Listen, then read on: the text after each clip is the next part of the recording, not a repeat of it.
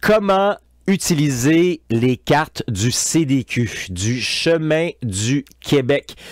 Voilà notre sujet. Et puis, je vais vous présenter justement ce qu'on va voir ensemble pour tout ça. Alors, je vous présente ça à l'instant. Je vais vous partager mon écran comme ça. Alors, voilà. Donc, ce qu'on va jaser, c'est comment utiliser les cartes. Voici ce qu'on va faire, finalement, ce qu'on va voir. Où trouver les cartes, comment entrer son code, comment se servir des cartes, comment faire fonctionner la géolocalisation, comment trouver les différents niveaux, comment voir les dénivelés et l'altitude, etc., etc., etc. Il y a plein de petits bonus, finalement, que vous allez voir à travers tout ça. Mais au départ, je veux quand même vous mentionner, au départ, parce que je veux vous revoir la binette, là. Au départ, je vais vous mentionner qu'à l'heure où je vous présente ça aujourd'hui, ça évolue très vite, la technologie, hein? Fait que ça se peut que certaines fonctions que je vais vous montrer aujourd'hui pourraient être disposées autrement quand vous allez regarder cette vidéo, peut-être dans quelques semaines, dans quelques mois. Mais on fait nos mises à jour là, régulièrement là-dessus. C'est pour ça que des fois, ça peut un petit peu changer de place. Alors voilà tout ce qu'on va voir. Puis n'oubliez pas qu'autour de la vidéo ici, ça peut être en haut, en bas, ça dépend de si vous êtes sur un téléphone, il y a une place pour laisser des questions, des commentaires également sur ce que je vais vous présenter là, dans les prochaines secondes. Alors gênez-vous pas pour ça. OK? Alors on va se lancer à l'instant. Et là, ce que je vais tout d'abord vous dire, ça vous tente de suivre au fur et à mesure, mais je vais vous le montrer là. Vous allez sur cheminduquebec.ca. cheminduquebec.ca. OK? Et là, vous allez vous retrouver directement sur la page Chemin du Québec. Il y a toujours une porte d'entrée que vous pouvez passer par québeccompostelle.com. Attendez, je vais vous partager ici là, mon écran. On peut passer par québeccompostelle.com et ensuite cliquer sur Chemin du Québec ici. Puis là, ben, on se retrouve sur la page cheminduquebec.ca. Là, ce que je vous invite à faire, on descend. Ici, il y a plein d'explications. Vous pourrez lire ça à votre rythme là, quand ça vous tentera. J'ai pas mal régulièrement dit tout ça, mais tout ça. Donc ici, on arrive aux cartes, ben, à la grande image. Ici en haut, vous avez les cartes Google. Et là, ce que je vais vous présenter surtout, ce sont les cartes du Chemin du Québec ici. Les cartes du Chemin du Québec sont plus précises que les cartes Google. Mais vous pouvez également vous servir des cartes Google qui sont aussi en géolocalisation. Mais présentement, la présentation se fait sur les cartes du Chemin du Québec. Alors, on clique sur la grande bande jaune ici. Et là, ça nous amène ici, où là, vous avez moi qui vous explique quelques petites affaires. Entre autres, sur cette page, bon, ne vous inquiétez pas, ça disait attention ici, mais essentiellement, ça, c'est juste pour vous dire que si vous marchez à l'automne, faites attention à la chasse. Si vous marchez pendant les marées sur le bord de l'eau, ben, vérifiez les marées hautes, marées basses et quelques autres détails qui sont ici. Une des premières choses qu'il faut savoir, c'est qu'il faut entrer son code tout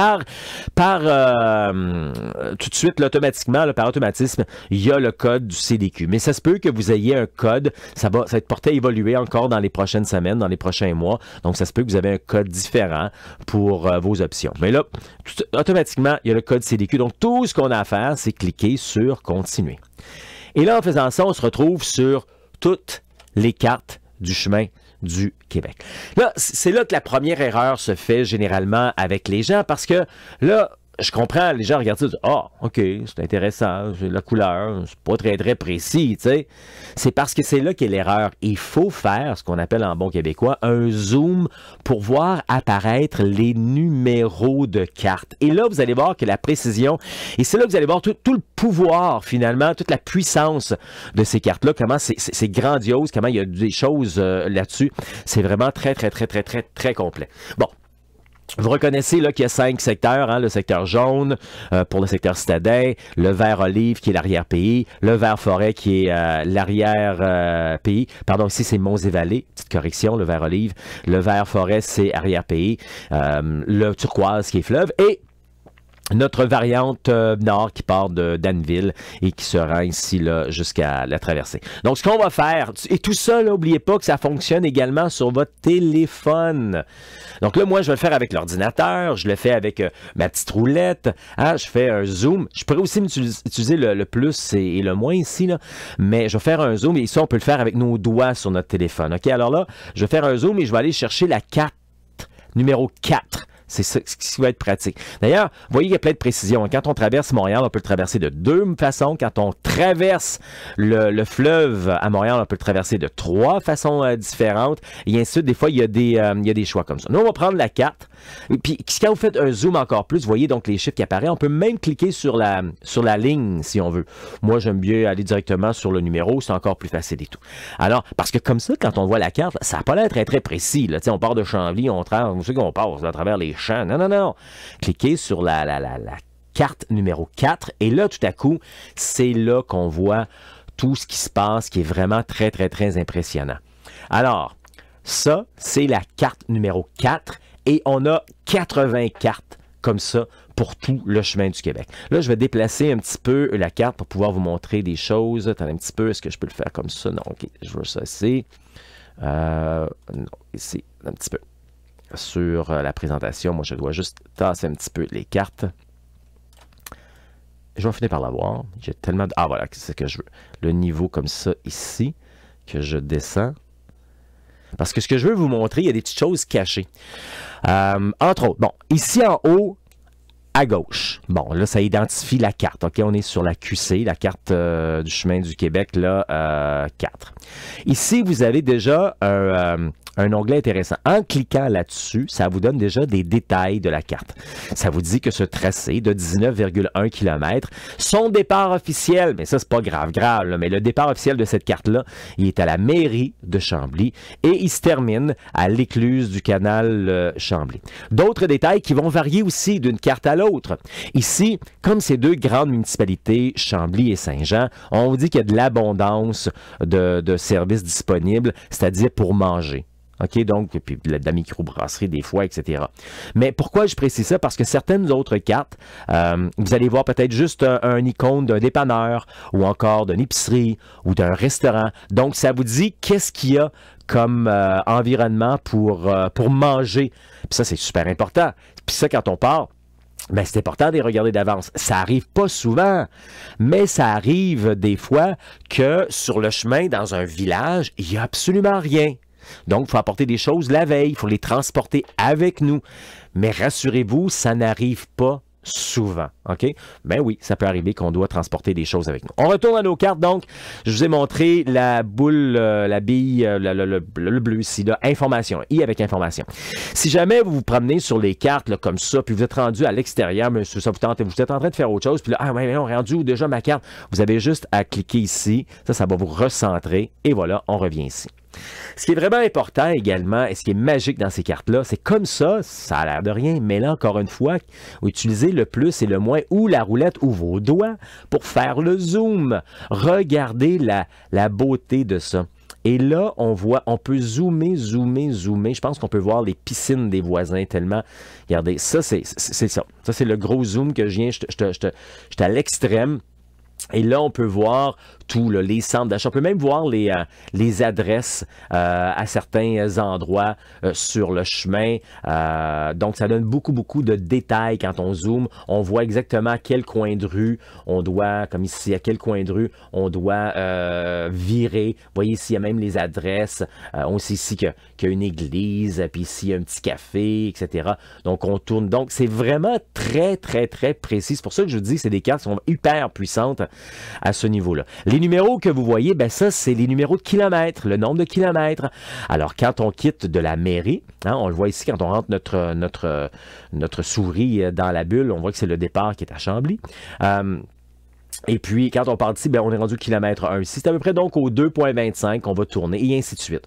Donc, vous savez, grosso modo, moi, je sais pas, quand vous êtes rendu au kilomètre 6, vous passez sous l'autoroute 10 et vous continuez, et ainsi de suite. Donc, plein d'informations comme ça pour vous rendre jusqu'à Saint-Jean-sur-Richelieu sur cette carte-là. Et encore une fois, si vous faites un zoom, là, vous voyez que vous êtes sur la bande du canal pratiquement tout le long. Donc, c'est calme. On n'est pas proche des voitures. Ici, on passe un petit peu sur l'île. Très agréable. Donc, voilà pour les cartes. Puis on est sur le bord du Richelieu également. Et on termine ici au kilomètre 19. OK? Ça va pour ça. Maintenant, on est loin d'avoir terminé. Là. Écoutez, là, il y a plein d'éléments vraiment hyper puissants. Là, je vais reculer un petit peu comme ça. J'aurais pu utiliser ça aussi, hein, comme ça. Ça ici en haut, c'est votre géolocalisation. Ici, vous voyez la cible. En cliquant là-dessus, vous voyez exactement où vous êtes situé. Donc, la cible, c'est le bouton bleu ici en haut. On va l'enlever.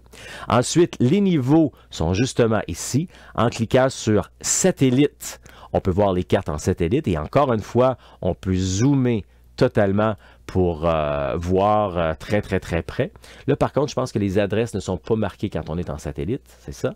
Mais c'est pas grave. On peut toujours revenir donc en mode rue. On peut revenir, ou là encore une fois, je pense que les adresses sont peut-être pas marquées. Il y en a, chaque carte a ses avantages. Oui, il y en a ici les adresses. Alors, ensuite, on peut revenir en topo. On peut aller au mode marcheur, qui est le mode par définition. OK, donc ça. Puis là, je vais cliquer ici pour recentrer.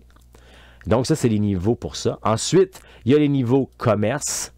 C'est ici que vous allez pouvoir cliquer puis voir les commerces, si c'est un dépanneur, une épicerie ou encore un restaurant. Sinon, comme à Chambly et à Saint-Jean, c'est une abondance.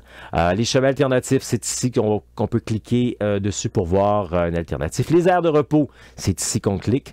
Ça, c'est le genre de truc là qu'on peut tout cliquer, hein. Pendant qu'on est en chemin. Comme ça, on a toute l'information, mais c'est à votre guise, à votre choix, mais ça vaut la peine de le découvrir au fur et à mesure. Les attraits touristiques, c'est ici. On pourrait partir là, le chemin comme ça ici. Ça fait beaucoup d'informations qu'il y a sur une carte.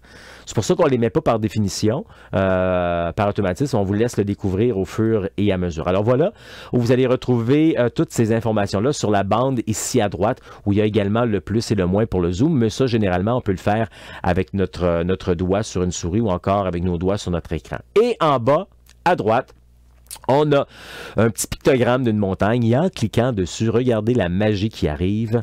On a notre dénivelé altitude. Ça, c'est vraiment génial. Donc, on peut bouger un petit peu notre carte comme ça en arrière. Et surtout, on vient apporter notre souris sur ce pictogramme-là. Et là, on peut avancer. Puis, on voit où je vais être rendu. Au kilomètre 3, je vais être rendu. Bon, on peut voir que c'est assez plat tout le long. C'est peut-être pas le meilleur exemple. Je vais trouver une autre carte pour vous donner d'autres exemples. Et on continue. Et ainsi de suite, donc comme ça ici. Donc voilà. Maintenant, vous posez peut-être la question, pourquoi, on va fermer ça ici, pourquoi ici il y a un triangle? Bien, il y a toujours une indication particulière. Je vais reculer pour avoir un meilleur exemple là-dessus. Je vais aller prendre la carte numéro 2. Puis il y a toujours une particularité. C'est pas du danger, là. Ça veut juste dire d'être alerte parce que, exemple, ici, on va vous aviser que cette piste-là, elle est fermée annuellement les 2 dernières semaines de juin pour la F1. Fait que ça donne rien de prendre celle-là ici, hein, c'est pour la F1. Et puis, donc, on mentionne ici les alternatives de passer par le pont Jacques-Cartier ou le pont Champlain. Mais également, il y en a un autre ici, ce qu'on va vous mentionner.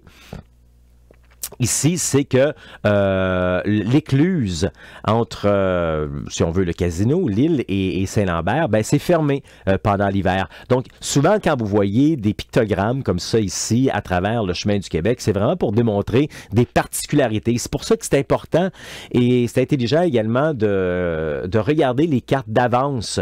Au moins 2-3 cartes d'avance quand vous êtes sur le chemin, sinon même regarder les cartes au complet avant de partir. Surtout que la majorité du temps, les gens ne partent pas pour